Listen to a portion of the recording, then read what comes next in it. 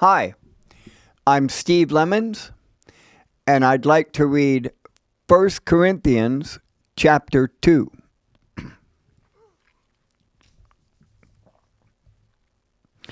When I first came to you, dear brothers and sisters, I didn't use lofty words and impressive wisdom to tell you God's secret plan.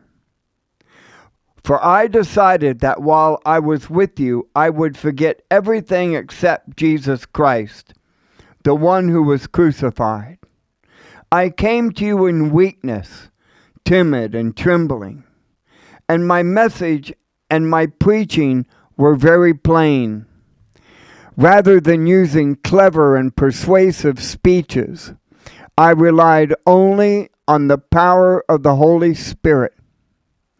I did this so you would trust not in human wisdom, but in the power of God.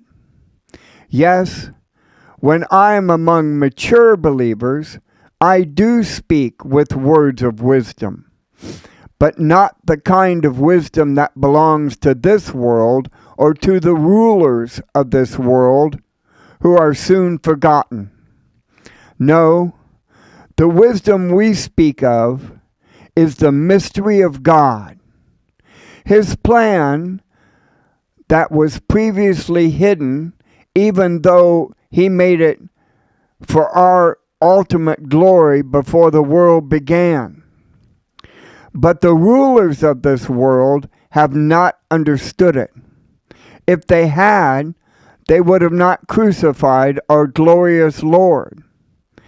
That is what the scriptures mean when they say, "No eye has seen, nor ear has heard, and no mind has imagined what God has prepared for those who love him."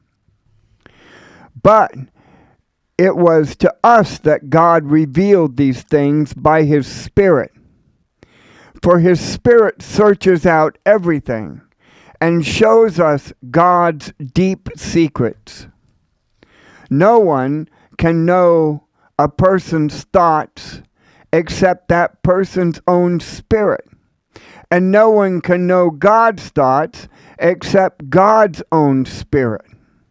And we have received God's Spirit, not the world's spirit, so we can know the wonderful things God has freely given us.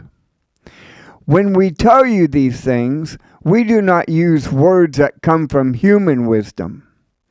Instead, we speak words given to us by the Spirit, using the Spirit's words to explain spiritual truths.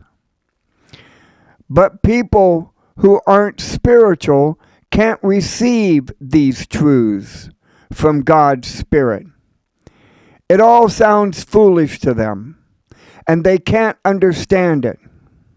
For only those who are spiritual can understand what the Spirit means.